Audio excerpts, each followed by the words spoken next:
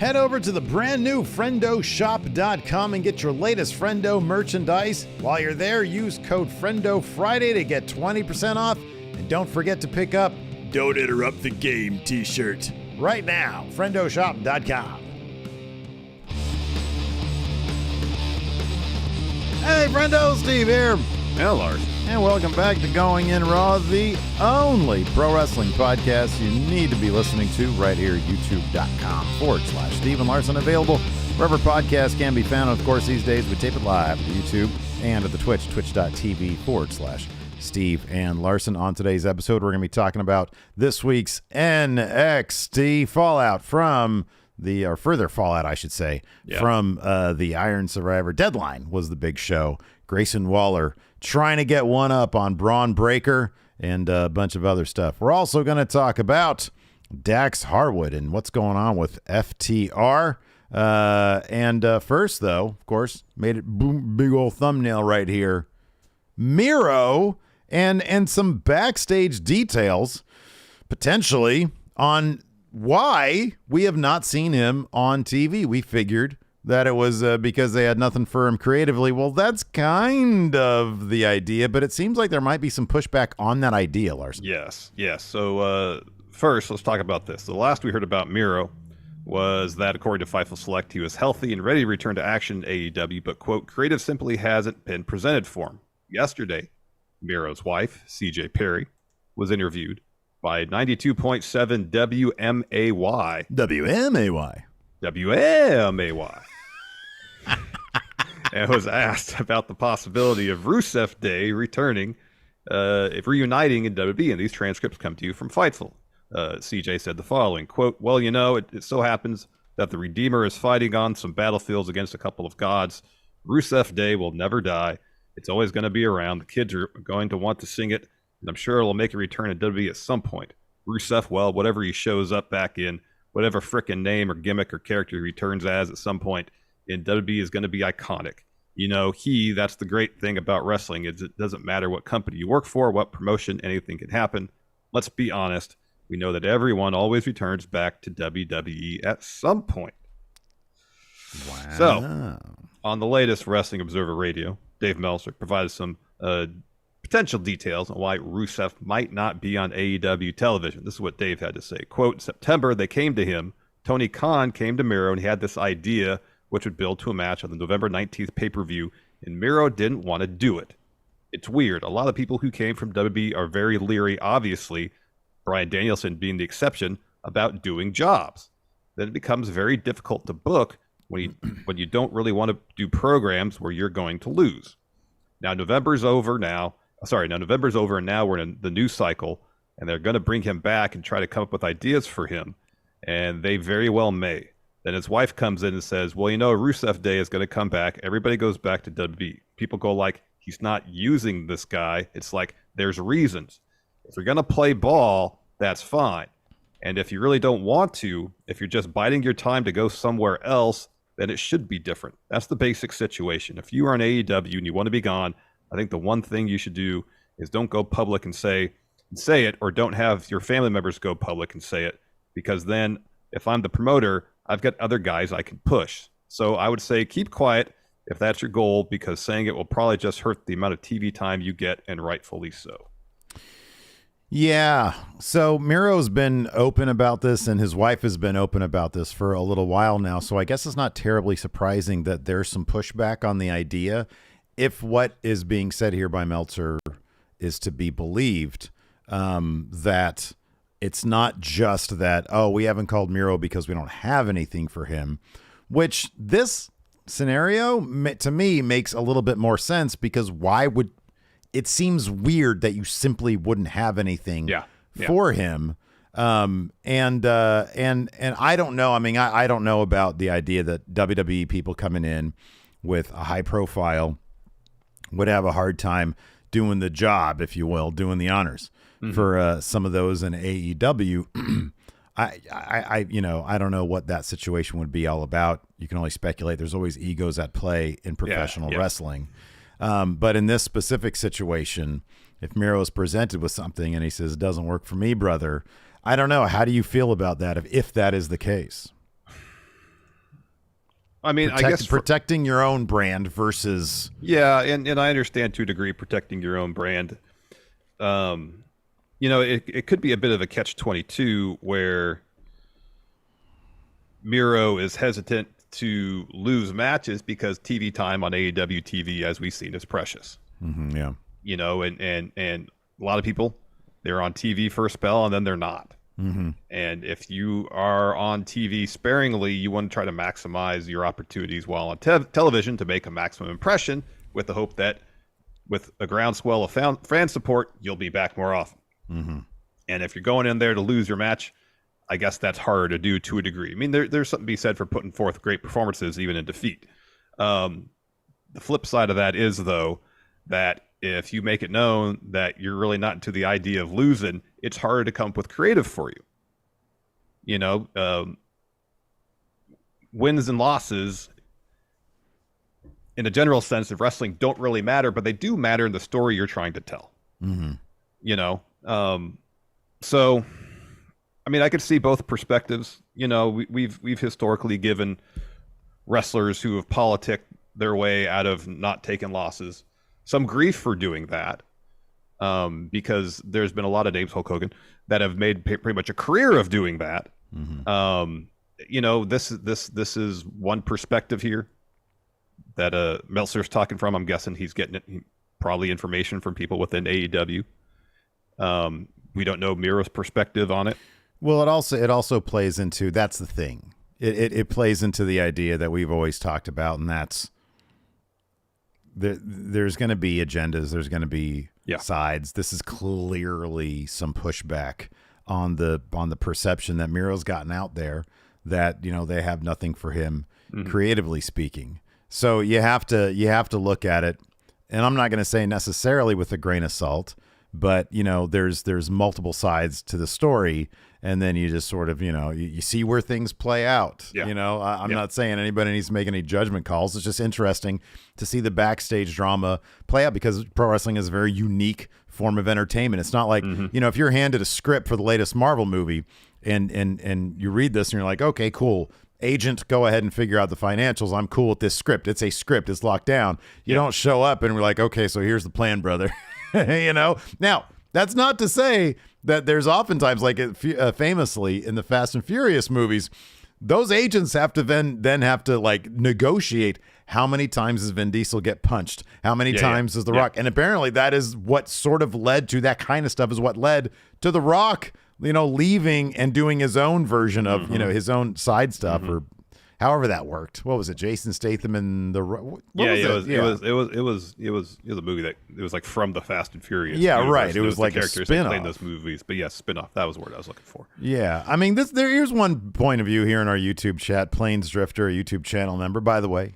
Click join if you want to be a YouTube channel member. You get some bonus stuff, also some emotes. It says he should protect his brand for every reason Larson just said. Look at how hot FTR was.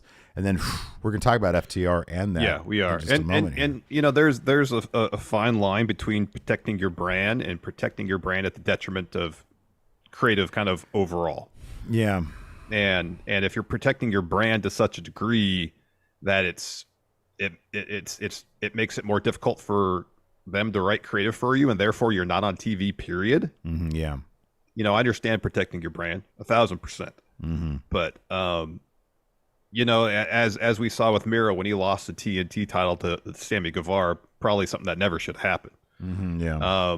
He spun that into a new take on his Redeemer story. And it's like, oh, okay, now that he not only lost the title, the way he put it is like, I lost everything. Mm-hmm, yeah. And I blame this on you, God. And I was like, okay, this is an interesting take. He took something that was a loss that could have put an end to that particular arc. Instead, he created something new out of it. Dude, it's not far removed from complaints we've heard about Vince McMahon. They'll set something up. Miro set something up with his Redeemer stuff. Mm-hmm. And then in order for that to play out in a way that makes sense, there's got to be a pattern of wins and losses to accommodate that. Yeah. And if you can't do that, then what's the point of setting that stuff up in the first place? And I don't know if this plays into structure issues at AEW, or the balance of creative freedom versus what the company wants you to do. But it's just, and honestly, We're not there. We don't know. Miro just tweeted at Dave Meltzer. I'm not even sure what to make of this tweet. Says, Dave Meltzer, what happened between January and June? All right. Do you have any insight on that one, or are you clueless too? Because I'm kind of clueless on what that means. Maybe there's an aspect of the story that happened the earlier part of the year that's not being mentioned. Yeah, I don't know. That's the only thing I can think of. Yeah, I don't know. right. I don't know. I mean, if the thing is, there seems to be a path you could probably do with Miro that would accommodate the stories he wants to tell that wouldn't necessarily jeopardize aspects of creative that you want to do, you know? Yeah. You know, he's a remarkably popular wrestler for your company. Yeah. He was doing some of the best character work in the entire industry. Mm-hmm. He's excellent promo. He puts on great matches. You book him right. I mean, if you book him right, someone that beats him or whoever beats him, it's a huge deal. Well, you know? here's what happened between January and June. He literally wasn't on TV. Yeah. Because from his last match in 2021 was November 13th. The first match 2022 was June 1st. Yeah. I assumed he was dealing with injuries, though, wasn't he? Yeah, he was injured for part of that, and I think he was doing he was on some TV show. So I think part of that he was doing some other things, but maybe, you know, being out for, because he wrestled at Full Gear prior to that, so it'd been like roughly 7 months he was out of action. Mm-hmm. Yeah. So I don't know. I mean, he's a guy that obviously has immense talent that we've never seen used to his fullest potential.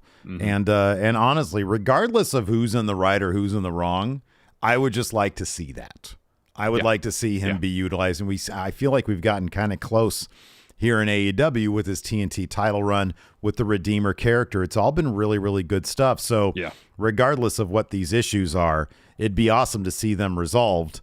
But it does seem like there is some conflict in terms of what he wants to do and what AEW wants to do with him that might be at issue here. And again, I'm not saying anybody's in the right or anybody's in the wrong. It's just, you know, sometimes you get a compromise on these things.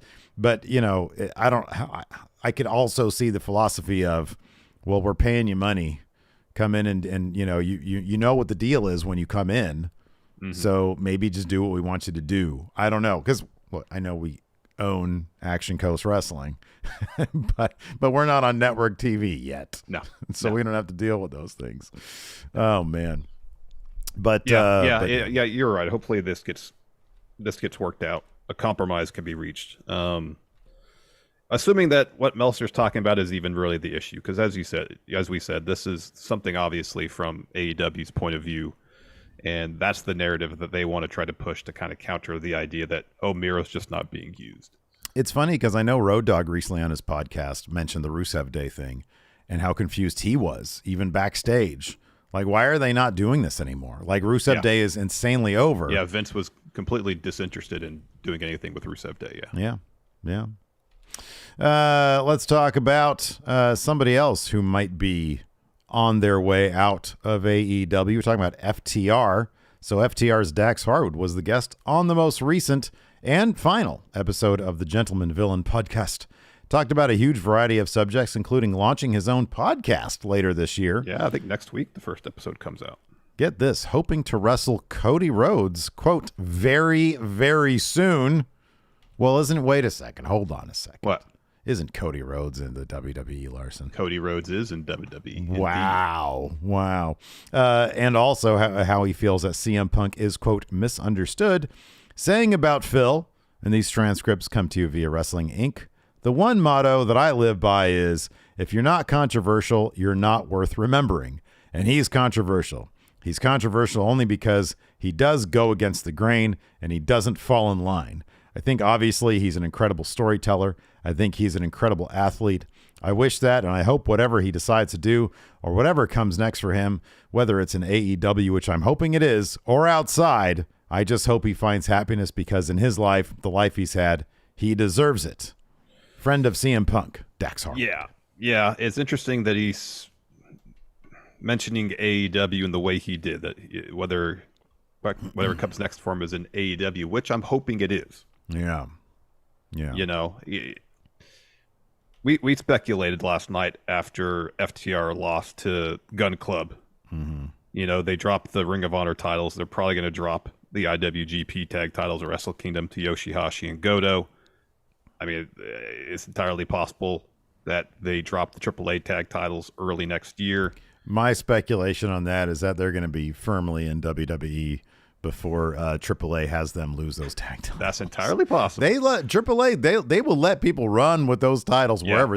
Their titles are often used as their own forbidden door. They we saw this with Kenny Omega. We've seen it a ton of times. Mm-hmm. But you see some things that might be indications. Oh, maybe they're on their way out of AEW and their contracts are up next spring. But then Dax getting his own podcast. Maybe I don't know if he'd be able to do that if they went back to WWE. You know, especially if it's just in like 4 or 5 months' time. Would you really launch a podcast if you're expecting to not be able to do it potentially in 4 or 5 months? Talking about CM Punk hopefully returning to AEW. Maybe it's reading too much into it because, within this whole episode, he's talking about wanting to work with Cody very, very soon. But I hope CM Punk is back in AEW. Yeah, I don't know about all that. I don't know because you're right. Everything you're saying is right. It's an odd thing if he's going to go to WWE very, very soon, then, but he wants CM Punk and AEW. Maggie here very seriously, without any sarcasm, says because he's going to WWE and doesn't want his toxic ass there with him. Oh, no, there's some JKs here. That means she's joking. Anyways, So, I don't know, man. I mean, it obviously looks like they're out of there. It looks like they're out of there. And whether that's, to go to WWE where they can work with Cody very, very soon. Maybe he's thinking, hey, it'd be nice for Punk to go to AEW to sort of be at the place to rehab what happened last time, to make amends with that audience or to make amends. To go out on his terms, go out on his terms. Yeah, I don't know. But as far as the podcast thing is concerned, I was wondering. Outside of Bruce Pritchard, I don't know if anybody who actually works for WWE is still able to do their podcast. I could be wrong. Okay, but hold on a second. Who, honestly, I had way too much caffeine today, so my brain's on overdrive, and I have a hard time with my memory. I might not had enough, so my brain might be a little sluggish right now. So put me on the spot. Let's try to meet in the middle here, okay? Don't expect a quick answer. Chat will have our back on this one. Who's had a podcast? Well, we had Regal. He just stopped. He just ended his. Yeah, because he's going back to WWE. Okay, but is that the reason why, though? Or is it just like, I'm going back, I'm going to have real duties that's going to preclude me? Don't know the answer. Right. As opposed to, it's a third-party thing. Corey Graves has one under the WWE banner. Yeah, that's a WWE podcast, though. That's a WWE production. Okay, Remorse Betrayal says Booker T.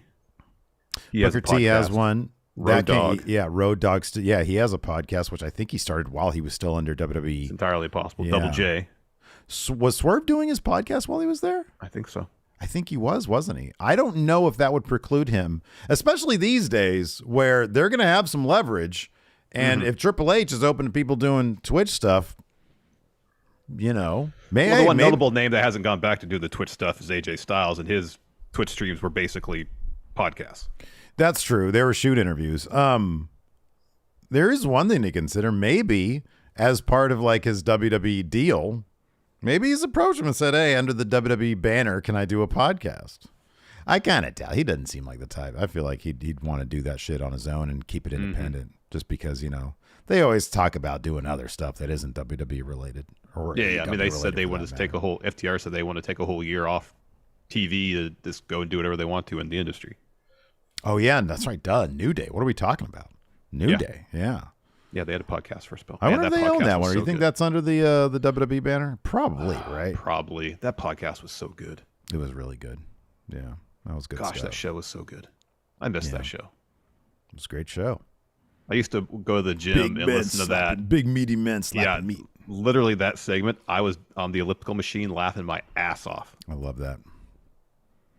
It's rare that happens to me. I remember one time I felt like a fool because I was listening to, and it was like the first time I had listened to it, but I was listening to one of Kevin Smith's many podcasts, and him and Scott Mosier were reading from Kevin Smith's diary when he was 19 years old. Oh gosh. And it's like the most melodramatic shit. And it was honestly, to listen to them rip it apart, it was fucking hilarious. Wow. It was, and I was just on a walk or a run or something. I was crying laughing, and I was like, people are going to look at me like I'm a weirdo out here, just crying laughing at this podcast. Yeah, that's good. That's good stuff right there. Let's talk about NXT. We had an NXT this week. I don't know, man. I thought this was a pretty entertaining episode of NXT. I was kind of into it. There was just too much talking, man. Especially that second hour, because I watched the first hour first. I'm like, okay, this is fine. And the second hour it just felt like it was just talking segment after talking segment after talking segment. And we had, we're gonna get Alba Fire in a match. Nope, Isla Dawn. Oh, I was looking forward to that match. I wanted to see if Sol Ruka was going to do her cool cutter, her cool finish. Yeah. And it was just so much talking the second half of the show. So I'll be honest with you. A lot of it, I didn't know. I agree with you. I think there was. I think that this episode of NXT, as I was watching it, I was thinking to myself, I don't even know if it's unintentional comedy, but it's stuff that I was finding in the episode that I just thought was hilarious to talk about here now that we're doing that. For example, Booker T with 2 mentions of the Matrix. Yeah. In this episode. And I texted you about that, and you were like, maybe he just saw. I'm like, maybe he thinks the Matrix just got released during pandemic. Maybe he's only seen the last episode of the Matrix, but I want to see Booker T incorporating his love of the Matrix more every episode. You know, I thought that was funny. I liked the ending, how Grayson Waller did the old Bret Hart Goldberg thing with the metal plate. I thought that was really effective. Braun Breaker hit a spear and just collapses, and I'm like, oh man, what the hell happened to Braun Breaker? Well, I mean, yeah, they're continuing one of Braun's stories, which is that you could describe him as intense, or you could also say he's a hothead. You know, yeah, right, yeah. Once he gets riled up too much, he kind of thinks illogically and rushes into things. We've seen that several times. I mean, that's how he lost the title in the first place. Dolph just messed with him so much that it made it a triple threat. Dolph won the title. Yeah. So, in the ongoing story of Braun Breaker learning how to be professional wrestler and professional wrestling champion, I guess this is another aspect he'll have to either find a solution for or lose the title again. Yeah, right. Yeah. I'll be honest, I'm rooting for Grayson Waller.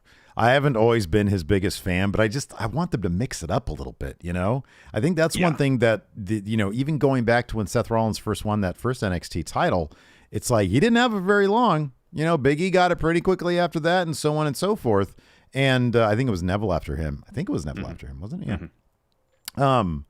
And it was like, hey, let's look at other people as champion so we can see that. And it's like, man, we've had Braun Breaker for a whole year now. Over a year now. Yeah, more or less. He dropped it here and there. Yeah, to Dolph, I know. But to Dolph Ziggler, it's like, we don't need to see him as champion. I want to see more of these talents who have made it this far from the beginning of 2.0. They need to get some time with those titles, because it's just, I think that's been one misstep, is I want to see others run with that title that are there in... Oh, that's right. Bo Dallas. That's right. Bo Dallas had it for a spell, Uncle Howdy had it. That's right. Yeah. Do we know, by the way, has there been more speculation on who's under the... As far as I know, there hasn't been a whole lot of speculation, much less confirmation that Bo Dallas was under that Uncle Howdy mask. That reminds me, I got to see here. What's our latest... Oh, okay, it's only at 800. I got to put up a new TikTok, me ranting about Uncle Howdy. No. It's only at 800, though, man. That Sami Zayn one reached 300,000. Oh, man. That's crazy. That's a tough one to get to. That really is. I mean, Sammy and the Bloodline have really captured the zeitgeist like few things in wrestling of late. So that's true. Absolutely true. Another one that's trying to capture the zeitgeist in the wrestling sphere is the ongoing saga of the bar of Fallon Henley's bar. Honestly, that whole segment, I would love to just straight up break that scene down and talk about how many miscues in the world of filmmaking we got. How many times they broke the 180-degree rule. Yeah. Because it was all over the map. It really was.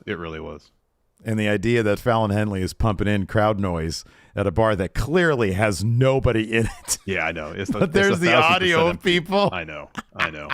They shot this at like 9 a.m. at some bar that they found in, like, I don't know, Winter Park or Orlando or something like that. Yeah, there's all sorts of crowd. I was like, they haven't shown one cutaway. They couldn't get a little bit of B-roll, get some PC extras to shoot some pull, and make it look like there's some people in this bar. Yeah, I know. Oh man, I was laughing at that one. Yeah. Anyways, we'll just go ahead and there was some right good wrestling. We'll it. kick off with this first match: Carmelo Hayes versus Axiom. Hell Great of a stuff. match. This was great stuff. You got two fantastic performers in the ring. Of course, you're gonna get something awesome. In the end, though, Mello needs some help from Trick Williams. So Axiom hits this awesome super Hurricane Rana off the top rope, where they're both standing on the top rope. Sets up for his finisher. So while the ref is checking on Carmelo, Trick gets on the apron and more or less shoves Axiom face first to the mat by the back of his head. Yeah. And then Mello falls with a code breaker, goes up the top rope, hits the top rope leg drop to get the win. But fantastic stuff. Fantastic. Yeah. That sliding German suplex that Axiom does, like through the second rope, while Carmelo was looking for the springboard, the timing on that was perfect. There was just some sequences in this that I haven't seen before, and I love that these guys are continuing to try to up their game and up the creativity in the ring every time they have an opportunity, because there were some sequences here that I was like, oh man, that's really cool stuff right there. Yeah. Like when Booker T mentioned the Matrix in this, because of some of that stuff. Yes. A-Kid's got like some of the best timing. He really does. He knows exactly where he needs to be at the exact right time, seemingly every time. Yeah, I know. You never see him out of position. Yeah, it's really terrific stuff. After that, we had a Grayson Waller interview. He says, I can't believe Roxanne Perez is a new women's champ. He says, but she's inspired me. If she doesn't have to wait till New Year's Eve for her match, then why should I? I want my match tonight. Roxanne called her shot. I'm calling mine. And Mackenzie's like, well, here's the thing. Braun's on a media tour promoting Vengeance Day. He's not here. And then Waller's like, I don't care where he is. The challenge is out there. I know Braun is streaming this on his phone right now. He says, Braun, meet me in the ring, bitch. Yeah. Wow. Strong words from Grayson Waller. Indeed. Next, backstage, Tony D'Angelo and Stax are there. Tony gets off the phone, and he says, I got a North American title match next week. Mm-hmm. And then Stax says, well, what do we do next? And Tony tells him, tell Dijak to stay out of our business. And after I beat Wesley, Dijak can get the first title shot, but until then, stay out of our way. And so Waller steps in. He's like, hey, have either of you seen Braun? If he decides to show up, let him know I'm looking for him.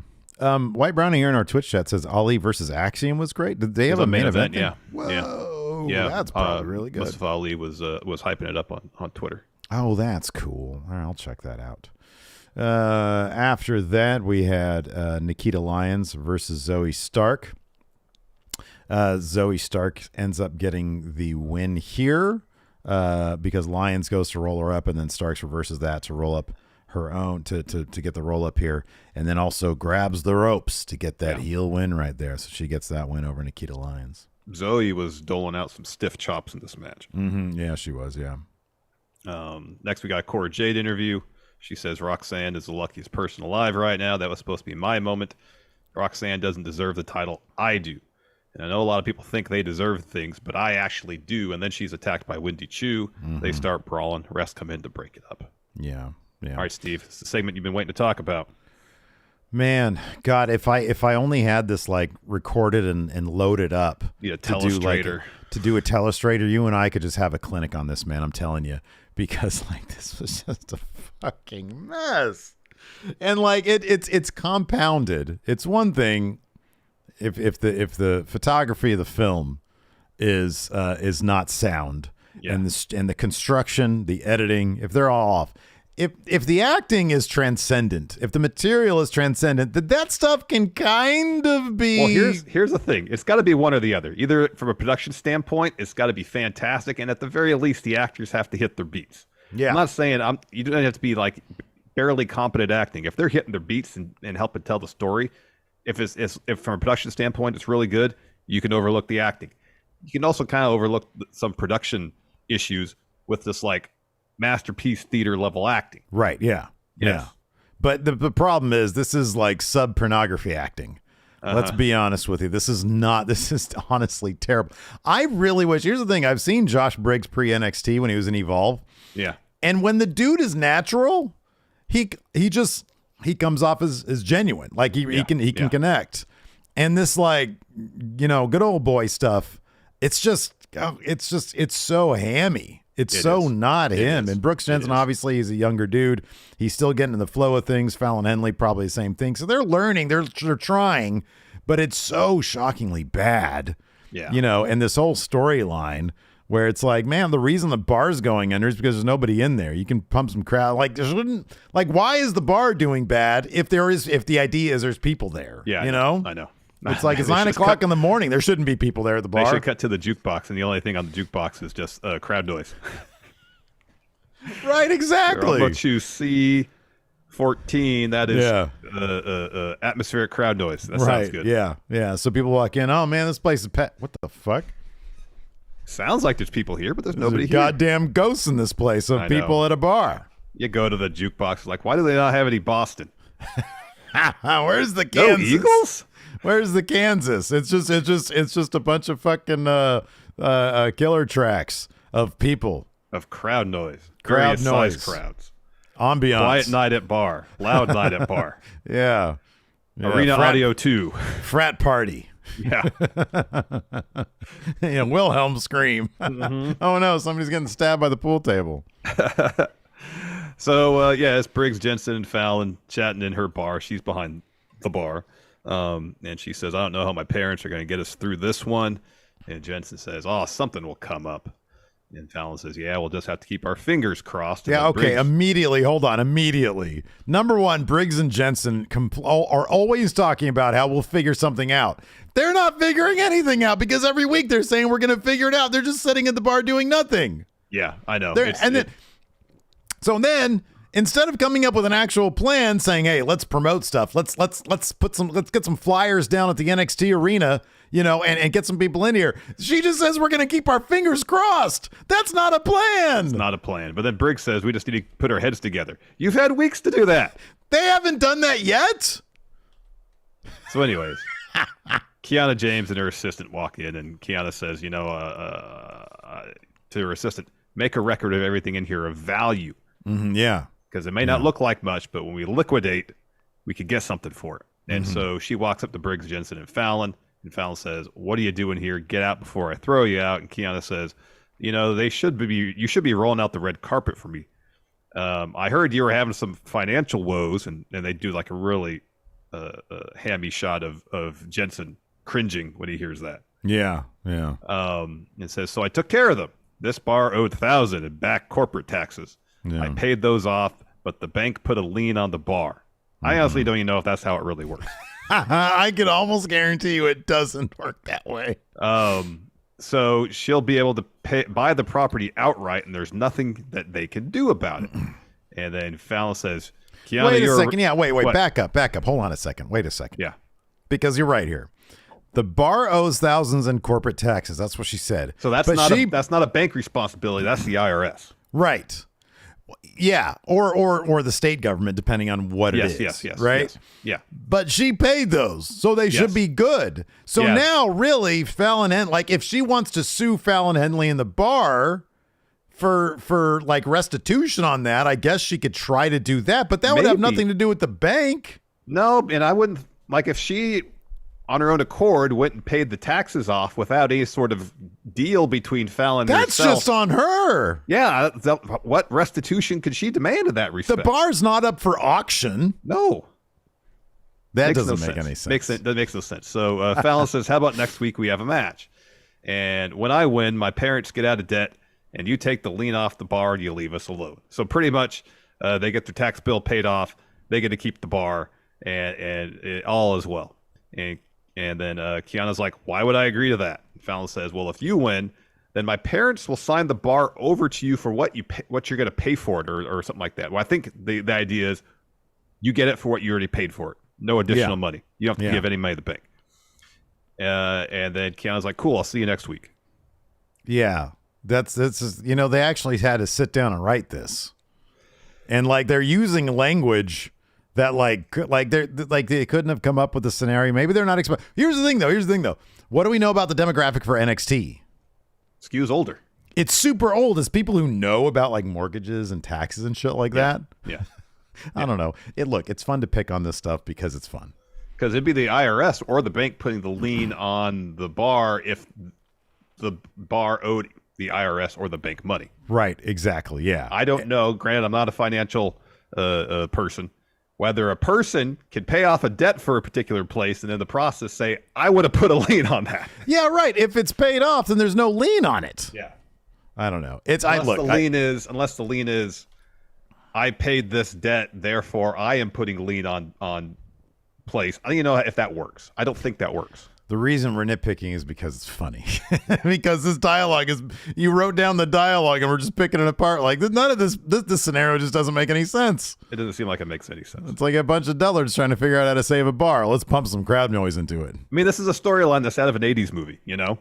I know, yeah. Someone's all buying our sorts of property shit like that us. didn't make sense back then. Yeah. No, it did, but it made more sense than this. Yeah, that's true. After that, we had Toxic Attraction. Okay, hold on. Sam here says, as someone who works in real estate in Canada, mind you, that is not how it works. Yeah. We're a couple of wrestling podcasters, and we kind of figured that out. Yeah, but thank you, Sam. Yeah, thank you, Sam. Yeah. So, anyways, after that, we had Toxic Attraction versus Ivy Nile and Tatum, Paxley, and then Carter and Chances for a triple threat match for the tag team titles.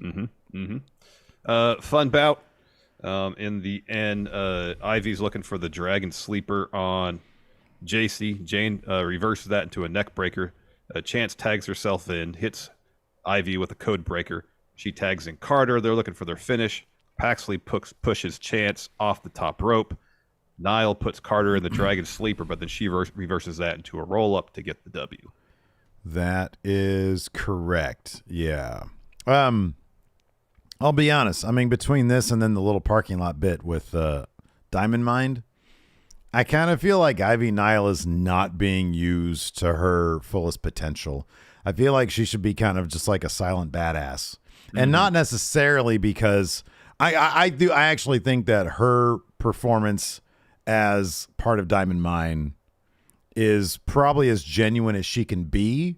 I just don't think that's her strength. She looks like a badass. She wrestles like a badass. Yep. And I kind of want to see her just go back to wrecking fools, because I think that she's very believable in that role, not necessarily as the Ivy Nile that probably I don't know what her real name is, but like she sort of comes off like, oh, I'm a nice person.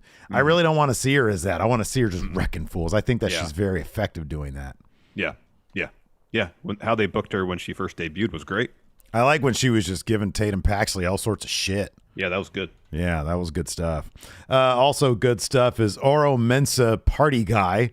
We had a video package for his repackage as a character, and he talks about, now that he's here in Orlando, he's all about the club scene. The clubs are his home away from home, because music and energy have the same frenetic energy. Music and wrestling, sorry. Oh, sorry. Music and wrestling have this. I'm just reading your notes here. Yeah, no, it was bad note taking. It's my Ron Burgundy in me.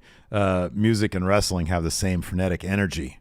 Yeah, man, I like this dude. He just gets so wrapped up in the clubs. He shows up to, it's like the Andrade stuff. He was partying so much. Yeah. That, he'd be losing matches. That's what I want to see. Yeah. And then who's going to be Oro's Zelina Vega in that case then? I like the idea that he just doesn't have one. He just shows up and he's wrecked. He's hungover. Like even the party dudes, Inofe Blade and Odyssey Jones, are like, you need to relax. You've been going out too much. He's like, I know, man. He's like, I got roofied 3 nights ago. I woke up in an alley. And I was like, somebody's got to put a stop to this. And he's like, nah, man. Forward and onward, to infinity and beyond to these clubs. Wow. My goodness. Yeah, dude. That's how it should go down. Then we got Booker T interviewing Roxanne Perez. This felt really, for the most part, this felt really genuine. Oh yeah, this was great. This was really good. This was really good. So Booker, again, another Matrix reference, says he feels like Morpheus looking for the one. He says to Roxanne, "You're the one. You cashed in, become champ. Tell me how you feel." And Perez says, "I didn't expect it to happen. But I pulled it off. I walked into your school at 16 years old, told you I wanted to go to the WB, and I asked, what did I have to do to get there? And you said, put in the work, and I just put my foot on the gas pedal, and now 5 years later, I'm the NXT Women's Champ. And so Booker asks if she thought it would happen so quickly. And Roxanne says, when I was a kid, I wanted to be the youngest NXT Women's Champ. I didn't quite do that, but I've held the tag titles. I won the first breakout tournament, the first ever Iron Survivor winner, and now I'm champ, all within 9 months. I didn't expect all that to happen. So Booker asks, why did you cash in your title opportunity before New Year's Evil? I heard Mandy Rose was about to get fired. So I decided to cash in before they vacated the title. She says, I remember a conversation we had before my tryout, and you said, you need to bet on yourself, you need to bank on yourself. And those were the words that rang through my head when Mandy attacked me, and it all worked out. And so Roxanne says, you've been asking all the questions, and, ever since as long as you've known me, I ask a lot of questions. So I want to know, do you have any advice for me? Champ to former champ. And Booker says, I've always been about two things, checks and championships. Mm-hmm. You're going to have butterflies, but you got to make those butterflies line up and fly straight on that night. When you lose that feeling, it's time to get out. Mm-hmm. You know what time it is. Time to be a champ, to be a Hall of Famer. I'm so proud. Everybody at Reality Wrestling is so proud. It's only going to get tougher from here, though. Are you ready? And she says, yes. And Booker T says, let's get it done. And then he presents like a red pill and a blue pill.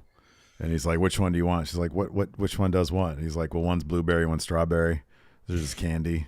And then he's like, that New Day, they're like a bunch of Agent Smiths, She's like, why are you bringing up a bunch of Matrix Everything's references? a Matrix reference, huh? Yeah. He's like, what was it like when you were in that artificial womb and then you woke up and you're in reality? She's like, what? The reality of wrestling. Yeah, reality of wrestling. There you go. She's like, man, you're just too far down the rabbit hole here. He's like, he shows up next week with the sunglasses with no clothes on him. Yeah, yeah. She's like, okay, lesson. Your next lesson here, bullet time. She's like, how is that going to help me at all? You're moving really slow right now. Very confusing. It's a new class at his wrestling school, bullet time, huh? Bullet time, yeah, exactly. After that, we had an Apollo Crews promo. More of this talking you're talking about. Yeah. He comes out and he's like, I want to congratulate new NXT Women's Champion Roxanne Perez. He says, I thought it'd be leaving Deadline as new champ. He says, I knew it in my heart, but evidently he didn't write it in his journal because, I want to see his journal on what he thought was going to happen at Deadline. Yeah. Like, is he shook because his prognostications not coming true? He is. I feel like it here. Right. Shouldn't he be, though? Like, that's the whole thing is like, hey, yeah. I got a perfect record when it comes to me being able to see the future. I can't see shit, evidently, because I wrote this down that I was going to win, and then it didn't go that way. This should like eat at the core of who he is as a character. Right, exactly. But anyways, he says the vision was clear. It was my night. I had the opportunity to capture the title I came back to this building for, the title I came back to this energy for. But we all saw what happened. It didn't go down like that. He says, but that's okay because I'm not out of championship contention. At New Year's Evil, Waller and Braun are going to fight it out. And 3 weeks after that, NXT's back on the road for Vengeance Day. And that is the time I see myself. Oh, wait a second. So he says, that's the time I see myself. Is this all? Did he write down, I'm going to lose at whatever that last one was? Deadline. Yeah. But then I'm going to win it at Vengeance Day. Maybe that's why he's shook. Maybe that's why he's not shook. He just didn't divulge that aspect of it. Could be. Anyways, he continues on. I'm sorry, he doesn't because he's interrupted by Carmelo Hayes. Mm-hmm. He says, for a man who talks about vision so much, how can you see that NXT title from the back of the line? Because make no mistake, if we're talking about who's next in line for contention, I am. He says, you're nice, you got it all, but what you don't got is that position next in line. You and I have never gone one-on-one, but I have no problem at all putting a future Hall of Famer on the list of all the jerseys I put in the rafters. Apollo says, I expected more from you. But I'm going to give credit where credit's due. You're one of one. You got the cool look. You got the J's on. You got the swag, the drip, bell to bell at the top of the depth chart in NXT. But the one thing you don't have, Mello says, what, the NXT title? Neither do you. And Cruz, that bothered him. That actually bothered him. Yeah. Yes. And he says, Cruz says, let me tell you something. He says, the one thing you don't understand is that no matter how good you think you are, there's always someone out there better than you. And I don't have to tell you why. Wait, what? And I don't have to stand you why I am. I don't know. He says, you name the time and place, and I'll show you. No, I actually kind of remember this line and being confused by it. He says, I don't have to stand here and tell you why I am. You name the time and place, and I'll show you I am. Yeah. Yeah, that's what it was. Yeah, but it was, even though it was just as confusing as he wrote it. Well, he was saying that I'm better than you. He says, I am better than here you. and tell you why I am. You name the time and place, and they'll show you. So pretty much say, I'm going to show you and not tell you why I'm better than you.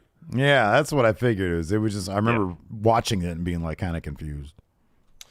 Yeah, my notes didn't help, did they? So we get a New Day, Kofi, Xavier Woods, backstage.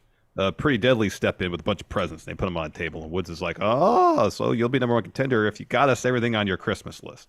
And Pretty Deadly's like, "Yeah, we did." And so New Day starts listing off a bunch of things from wrestling's past, that they had on their Christmas list, and then Pretty Deadly's like, "Yep, we got that, we got that, we got that. We almost got everything." And then Kofi says, "Almost. Well, we can't give you your rematch then." And then Elton Prince says, "Well, we haven't gotten Nail's prison outfit yet. We think he's probably still in jail." Yeah. And so the New Day ask, "Well, how bad do you want this shot?" And the Pretty Deadly say, "Oh, so bad." And then Elton's like, "Can we just do the pledge instead?" And then New Day go, No. Inflation is running rampant. Last week's price is not today's price. Oof. The only thing that's going to remain the same is New Day as your NXT tag champs." Wood says, "Make sure you get Tyler Breeze selfie stick. Make sure you get that." Because they got a party coming up later. Is Breezes going to come back to NXT? Cool. How great would that be? That'd be awesome. This is a really fun segment. New Day are fantastic. They're great. Them and Pretty Deadly play off each other pretty well. So they really do. Yeah, they really. This is cute stuff. After that, we had Alba Fire walking backstage. She sees Isla Dawn, and she's about to just unload on her with a baseball bat. But before she's able to do that, whoop! Isla blows red dust in her face, and her face starts melting. It's like Major Toad. Yeah. So then we go back to last week. So Blade and Ofe and Odyssey Jones are leaving the Performance Center, and Ava Rain is just kind of outside the door in the parking lot. Yeah. And then she asks them, "Hey, when are you going to start filling the voids in your life?" Better question, when are you going to realize that feeling that you're chasing is temporary? And Ofe says, "It's not that deep. We're just trying to have some fun. And we don't believe in all the schism bullshit." Yeah.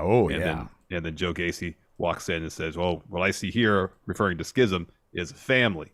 And Drake says, what we see is three individuals bonded by a false reality. And Ava says, "You go have fun tonight." Yeah. The Schism has a really cool. That shirt is awesome. It's really well done. It's a really great shirt. But yeah, the sad thing is, I think they're probably going to get a win over these guys if this is the next feud. Yeah. And I just want the party guys to get some wins, man. I think they're pretty cool. No Von Wagner this week. Yeah, that's fine. I like our Von Wagner talk. Hey, Joe Blow. Can we make up like a Von Wagner segment this week because he wasn't in it? Sure. All right. I'll start, and then I'll do a sentence. You do a sentence. We'll do back. Sure. We'll finish each other's sentence. Sure. All right. Kicks off with Von Wagner. He's backstage. He's out in the alleyway. He's behind a dumpster, and he's taking off his pants. You go. He hears footsteps walking up to the dumpster, so he quickly puts his pants back on. Right. But and walks out from behind the dumpster as if not to make the person walking up to the dumpster suspicious. Oh, okay. You go. Okay. That person is one of the Performance Center recruits. Their name is Christmas Mousepad. And Christmas Mousepad says to Von Wagner, "Hey, Von Wagner, I got a bunch of condoms and some syrup. What do you want to do?" Von Wagner, somewhat shocked by what he just heard, lets go of his pants, and his pants drop to his ankles. Right. Von Wagner is bricked up. You go. Oh, gosh. The Performance Center recruit says... Christmas Mousepad. Christmas Mousepad, yes. This says, "All right, follow me." Cutscene. We're going to find out more next week. Wow. What a great creativity exercise that was. That was amazing. He's got condoms and syrup. Oh, gosh, darn it. That was fun. After that, we have Alba in the trainer's room. The trainer's trying to check her eyes. Waller steps in. He's like, "I've seen Braun anywhere." And they're like, "Fuck off, man." He's like, "Why are you yelling at me? I'm Waller." Yeah, get out. Yeah. Then we had Indy Hartwell versus Elektra Lopez. Elektra Lopez's theme is awesome. It's like my God, it is like something from Drive. Dude, yeah, it's like intense and has a beat to it. Yeah, no, this is cool. I was really like, good. Because at first I was like, I don't know who this is, who's coming out right now, but this theme song is amazing. And then it's like, whoop, Elektra Lopez. Yeah. It's got Yeah, it was that Yeah. type of thing going for it. It's really good. So then the finish of this, Lopez, she's standing on the second turnbuckle, and she goes to the top turnbuckle and pulls out some brass knuckles. Yeah. And so Indy grabs her off the second rope, looking for a belly to back. So while the ref can't see it, Lopez punches Indy with the brass knuckles and then covers her to get the win. Oh, so White Brownie says she calls herself the Godmother in Spanish, in Espanol. That's cool. You know, man, I just got to say something here real quick. One of the comments we got on the what can we do better in 2023 survey, which we're going to talk about tonight on Smash Zone, somebody said, feel you guys are phoning it in. Listen, man, if that Von Wagner create a story didn't expressly disprove that thesis, I don't know what will, because that was a little slice of genius right there.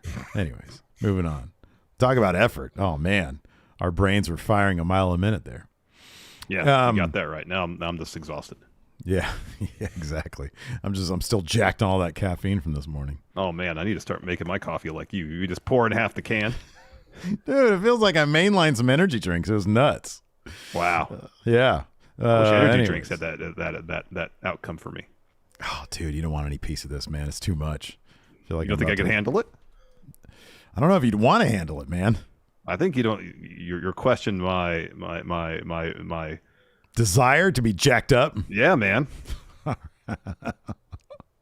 right, well, man, you know the recipe is half a can of coffee. All right, that's the only way to overcome my lethargy here, huh? Give it a shot. Try it. Right. True World Order says liquid method. There we go.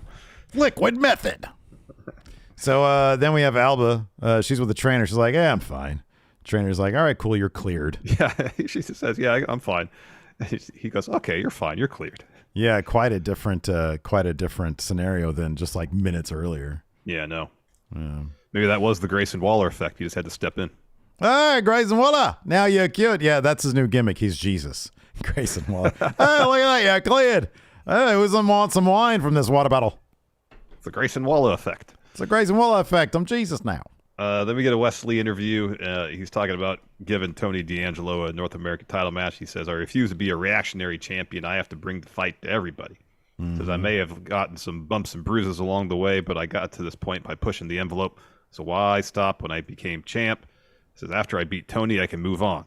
You have to take it one opponent at a time, starting with the one with the biggest mouth of them all. If Tony wants this as bad as he claims, he can try to take it from me next week.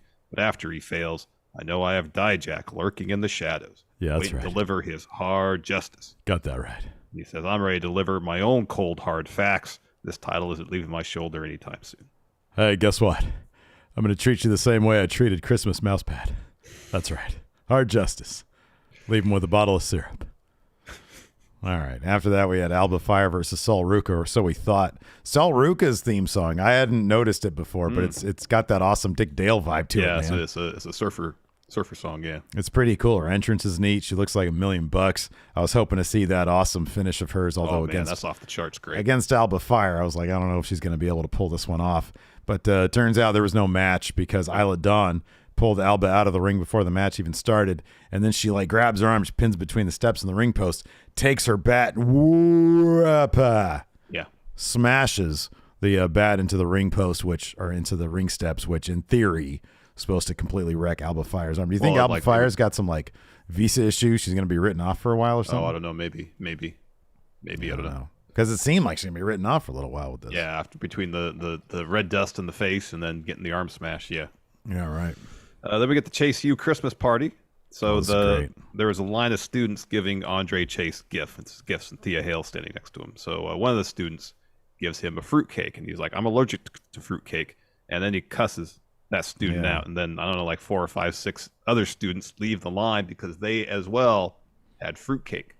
Yeah, this is pretty funny stuff. Yeah. So then Duke's at the back of the line, and he's like, "Oh, Secret Santa's today. I thought it was Thursday." He says that out loud. It's hilarious. Yeah, he does. Yeah. He does. And so he taps the student in front of him in line on the shoulder and essentially tricks that student into giving up their place in line and then giving him, Duke, their gift that they're going to give to Andre. Yeah, he says, "Hey, I heard they're going to pull your scholarship. There's a problem back there." And then he's like, "Look, I'll hold on to your gift, and then you go get that taken care of." And the guy gives him the plaque. It says #1 best professor. Yeah. And then Duke just sort of takes the name tag off. He chucks it. and then he gives it to Chase as his present. And Chase is like, oh man, this means a lot to me. Thank you so much. And he gives him a hug, and they do a big group hug. Mm-hmm. This shit's fucking hilarious, by the way. It's pretty funny. Duke is so fucking good in this. Oh, Sacred They Silence finally to Die. found something that suits his strength, as opposed to being poker player. Yeah, I mean, regardless, like him playing off the absurdity of Chase University is hilarious. It's pretty funny. Oh, it's pretty Secret Silence to Die. I thought it was Thursday. But he plays it so straight. It's great. He really does. Then we get a Briggs Jensen and Fallon Henley interview. Briggs again says, we'll deal with the bar later. Tonight, we're ready to rock. We never thought we'd face the New Day, much less for the tag title. And then Jensen says, I did say 2023 was going to be our year, and what better way than to walk into that year as tag champs. And I believe he blows out the microphone during this part. He does, yeah. He gives a big woo, and he goes, yeah. So then Kiana James and her assistant step in, and Fallon says, we're not doing this right now. And James says, I'm not here to talk to you. I'm here to talk to him. Oh, and man. she wishes Brooks Jensen good luck tonight. Mentally, the weakest of them, Brooks Jensen. Mm-hmm. Yeah. After that, we've got Drew Gulak holding a training session. Hey, Drew Gulak, you want to get fucking high? Hank Walker, Seth Rogen gets on the apron, says, oh, I'm sorry to interrupt you fucking... And he's like, I saw you were scouting me, and I know I can be better, and I'm not afraid of hard work, you know. But I was just wondering, Gulak, do you have any advice? And he says, I know I've got a lot to prove. I'm willing to bust my ass for it. And Gulak's like, Gulak's like, hey, man, call me Drew. I admire your zeal. He says, listen, next week I'm hosting a seminar. I want you to attend. Don't participate. Just observe. And then Hank's like, all right, I'll be there. I'll be fucking high, too. I love weed. I just feel like that's like Seth Rogen's character in the aughts was just dude who loves weed. Mm-hmm. Then we get the tag title bout, Briggs and Jensen. Did you see the trailer for that new Netflix movie with Jonah Hill and Eddie Murphy? Mm-mm. It all takes place, like the scene, it's like the entire trailer is just one scene at Roscoe's. And Jonah Hill is trying to convince Eddie Murphy that he wants to date his daughter, that he wants to get his blessing to date his daughter. Yeah. And it's funny because it's Jonah Hill and Eddie Murphy, but the funny thing is, like, Jonah Hill looks like he's in his mid-50s at this point. And Eddie Murphy, honestly, looks like it's still 1984. Yeah. And so it's just weird because it fit perfectly for Jonah Hill back in like 2010. Yeah. But it's like he looks so old now. Yeah. He's got like a full beard and his hair is long and it's like combed back. Yeah. And it's like, but it's still Jonah Hill. He's still very funny. But it's just an odd visual to see this. It looks like it's like maybe an hour and a half of this scene at Roscoe's. And I don't think that's going to be the case. But... I'd be like, it wouldn't be surprising if that was, it was just them riffing on this for like an hour and a half. Just an hour and a half long conversation. Yeah. Then we get Briggs and Jensen versus the New Day. This is a really fun match. Finish saw Briggs hit Kofi with a moonsault. That was a damn impressive moonsault from Briggs. Mm-hmm. Yeah, it was. Kofi kicks out of that. Briggs puts Kofi up in electric chair position. Jensen gets on the top rope. They're looking for some sort of doomsday type move. Woods, though, pushes Jensen off the top. Kofi hits Briggs with the Poison Rana, falls with Trouble in Paradise, and then tags in Woods. Kofi launches himself out of the ring to take out Jensen ringside, and then Woods hits Briggs with the top rope elbow to get the win. Mm-hmm. Yeah, it was good stuff. After that, we've got Stax talking to Dijak. Or so we think. Yeah, right. Tells him to stay out of town. I'll be honest with you, I do not remember this happening. Oh, okay. So it's like a shot of Stax in profile. Yeah. He's looking screen right, towards the right side of the screen. He goes, hey, I stay out of Tony's way or we'll have to end your return to NXT before it even gets going. Do we have a deal? And the camera pans out and he's standing in front of Dijak's locker room. He takes a deep breath. I got this. And he walks into Dijak's locker room. He's like rehearsing. So he's scared nervous of hard justice. Because he might get some hard justice. That's right. Yeah. Hey, Stax, you like Arby's? I got an extra meat mountain. You want it? There's a secret menu there. I got a meat mountain. I got two of them. You want it? If you don't, that's okay. I'll have two of them. Wouldn't be the first time. Two meat mouse. I know there's a guy over there who's got some syrup. His name is Christmas Mousepad. That's right. After that, we had so Waller has a promo, and he's in the ring. He's like, "Hey, where's Braun at?" No, he's backstage for this one. This is before. Okay, yeah. He's like, "Braun, you ain't gonna know. You know where to find me. I'll be in the middle of the ring, future NXT champ." And then we got Diamond Mine, and they're in the parking lot. This is an interview, and Ivy and Tatum are asked, "Are you guys gonna stay a team?" Because they just took that loss in that triple threat. And she's like, "Even in loss, we made strides." And the Creeds are like, "Hey, we're proud of you." And then Cher steps in. I like that Sangha is wearing 2 shades of burgundy. Yeah. Because his shirt and his pants don't really match, but they're the same color. And also during this segment, Veer totally shoulder leans on Sangha, and that made me very happy. Yes. So anyways, Cher step in, and we're like, "Hey, we heard you're cleared, Julius." And Julius confirmed that. And Veer says, "You guys have showed that your judgment can't be trusted. You need to show us now." And then Julius says, "Yeah, watch next week when I go one-on-one with JD because he hurt me. And I'll prove it to you then. And then after that, you're out of excuses. We're going to make this happen." It was kind of funny, the weird aside, because JD hurt me. Yeah. Yeah. It was so under his breath. Yeah. Because he hurt me. Because he hurt me. Then we had Grayson Waller in the ring. He calls out Braun, says, "I'm not waiting anymore. I've been carrying this brand all year. I've been making moment after moment. No one on this roster or that roster," he points up, main roster, "can do what I do." People think that Braun likes to bark because he's got that dog in him. Yeah. I don't think Braun is dog at all. No. And I'm a man. I'm a human being man. Honk, honk, honk. It's that same Dodge Challenger that they have for all the backstage stuff. Same one Karrion Kross had when he was in NXT. And this time when Braun gets out of his car with a head full of steam, he leaves the lights on, man. Yeah. So when he comes to after he got his lights knocked out, he's like, "Yeah, why is my battery dead?" Yeah, he's not going to be able to start that car. Hey, can you give me a jump? We're going to jump, yeah.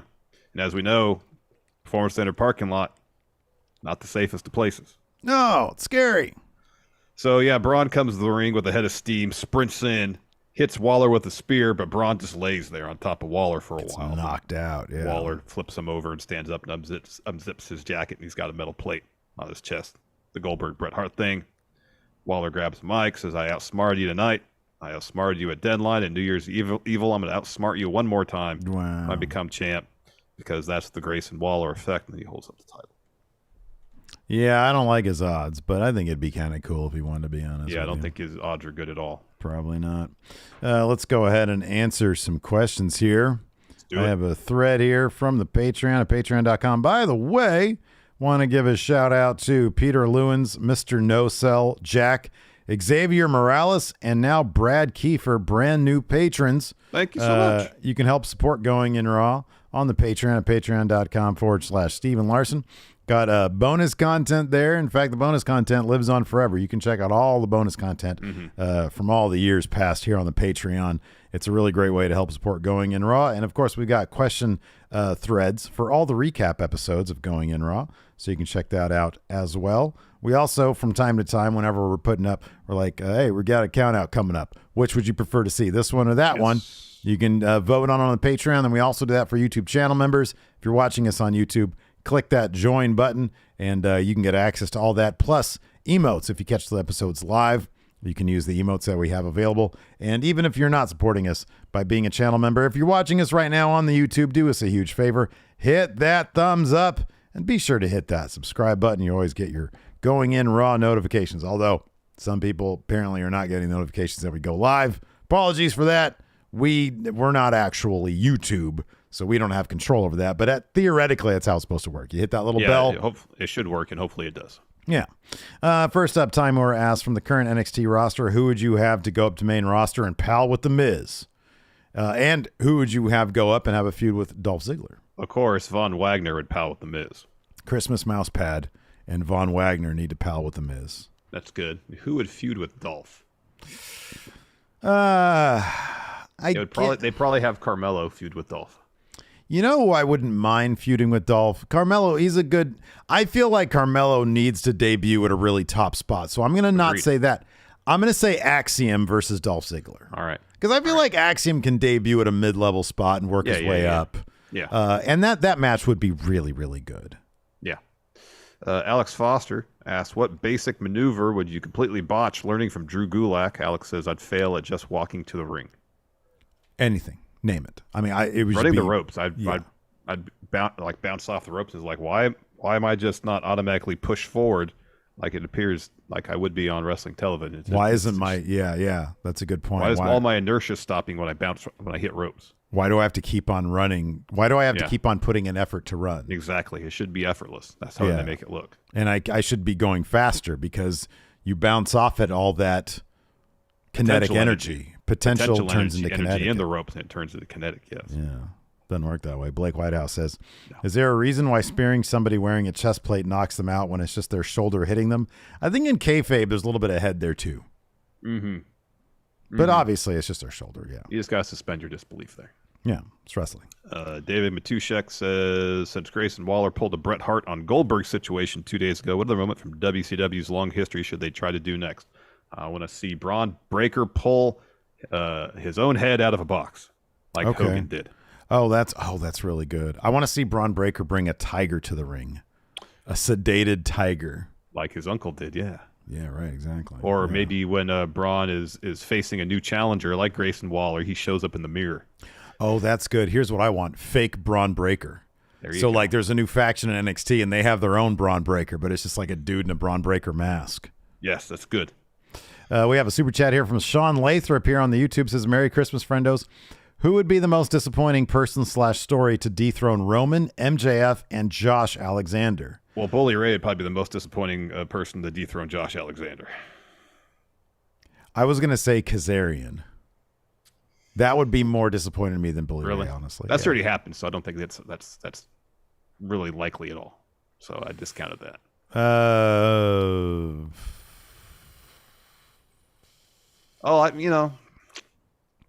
If they just had like Mox beat MJF again for the title, or beat him for the title, it'd be like, why are they going backwards? Yeah, right. Yeah. We already saw that. Yeah. Don't need to revisit that at all. Most disappointing person to dethrone Roman, Brock. Yeah. They just did that again. Yeah. That would be wildly disappointing. Luis Reza, how would you book Miro and FTR returning to WWE? Miro would be on what's better than a tank? Aircraft carrier. Okay. Yeah. Oh, that's good. Yeah. Miro body slams Amos on an aircraft carrier. That's good. That's good. Yeah, that's good stuff. That's good. What FTR? They show up along with Christmas Mousepad as like, a new powerful faction. And Von Wagner. Don't forget Von. Yeah. Yeah, and Von Wagner, of course, in Von Wagner, they got syrup and condoms. They're pantsless. Perfect. We did it. What a great episode this was. Christmas Mousepad, man. Yeah, that's good. He's going to be dethroning Roman. I can feel it. I can feel it. Anyways, that's going to do it for us, everybody. Thanks so much for tuning in. We appreciate it. Until next time, we'll talk to you later. Goodbye. Goodbye, everybody. Now would be a good time to insert ads.